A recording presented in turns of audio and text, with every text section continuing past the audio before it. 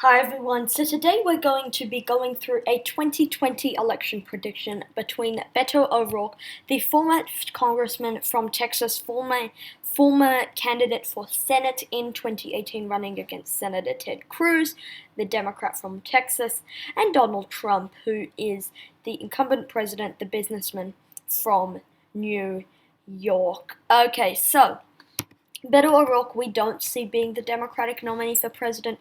We see his campaign really just having lost all of its momentum that it had, and we don't see him becoming the 2020 nominee, but we're still going to go through this potential 2020 election prediction between Beto O'Rourke and Donald Trump. Okay, so again, Beto O'Rourke, as I stated before, we don't see him as being the nominee, but we're still going to go through and go through that potential 2020 matchup. Okay, so starting off on the West Coast, we see Beto O'Rourke carrying Washington, Oregon, California, and Hawaii.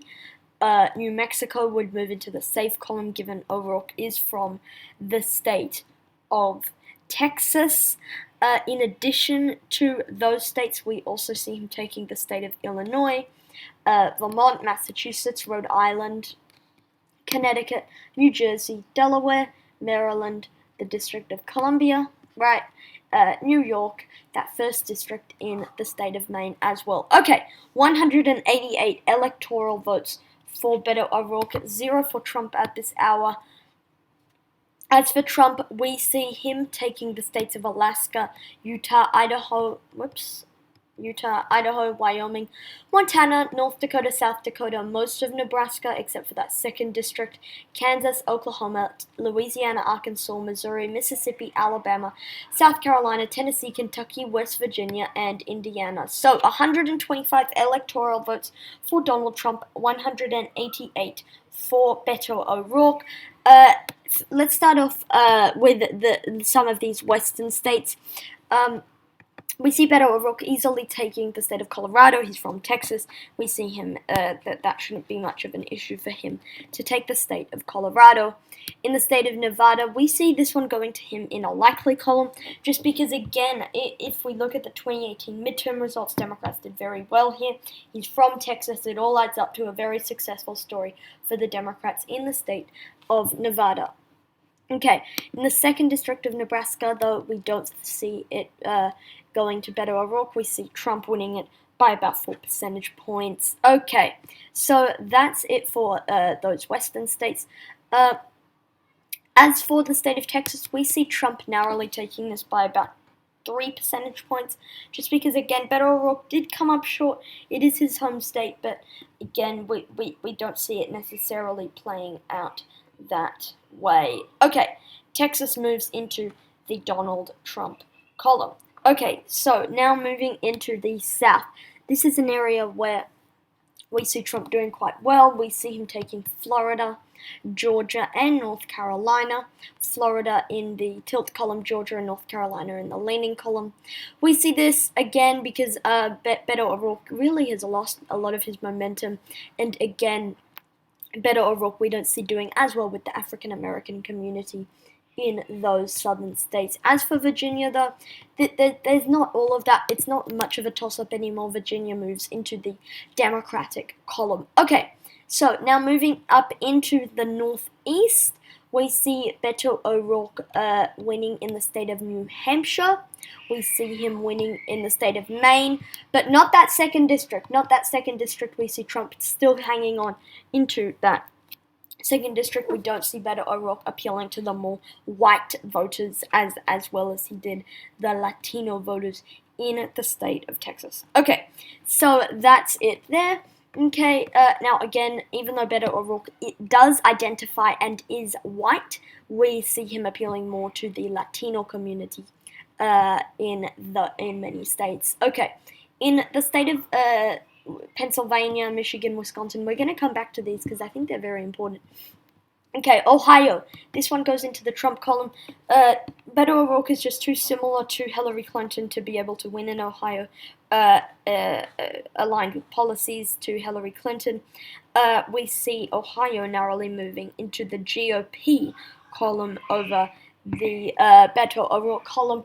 Okay, the next state we're going to be taking a look at is the state of Iowa. Now, Beto O'Rourke has been campaigning aggressively in Iowa, but again, he hasn't made much inroads there. In the 2020 Democratic primary, if anything, he has in fact fallen behind the rest of the pack. He's now he was in this tier kind of with Kamala Harris and Elizabeth Warren, but now he's kind of fallen behind. We've kind of seen him kind of fall behind there, coming into a tier kind of with Cory Booker, kind of like a tier. Right now the tiers are kind of Bernie Sanders. Joe Biden is in one tier, and then you have Bernie Sanders and Elizabeth Warren in the next tier. And then you have Kamala Harris and Pete Buttigieg in the tier below that.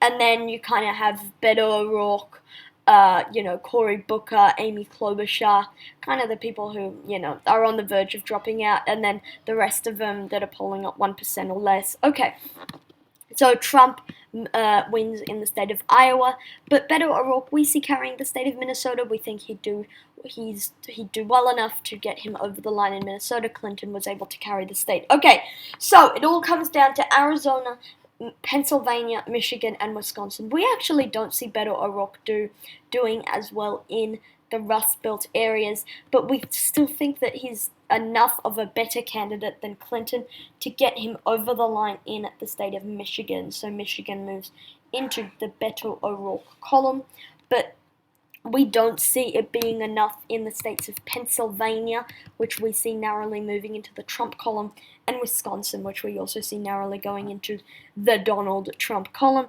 Again, in the state of Pennsylvania, we did see Democrats doing quite well in the midterms. Actually, I'm kind of rethinking my Pennsylvania call.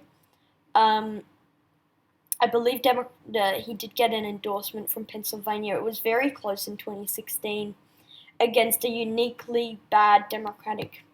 Yeah, I'm moving Pennsylvania into the Democratic column for Beto O'Rourke, but we see Trump narrowly, barely making it a toss-up in the state of Arizona. So we see Arizona being a pure toss-up. We cannot make a characterization as to who would likely win that.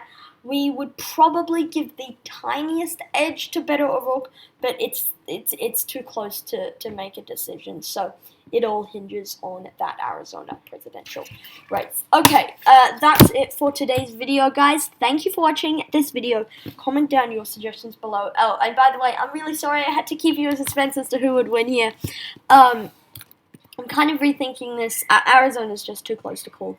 So thank you for watching this video. Comment down your suggestions below, and I'll see you all in the next one. Peace.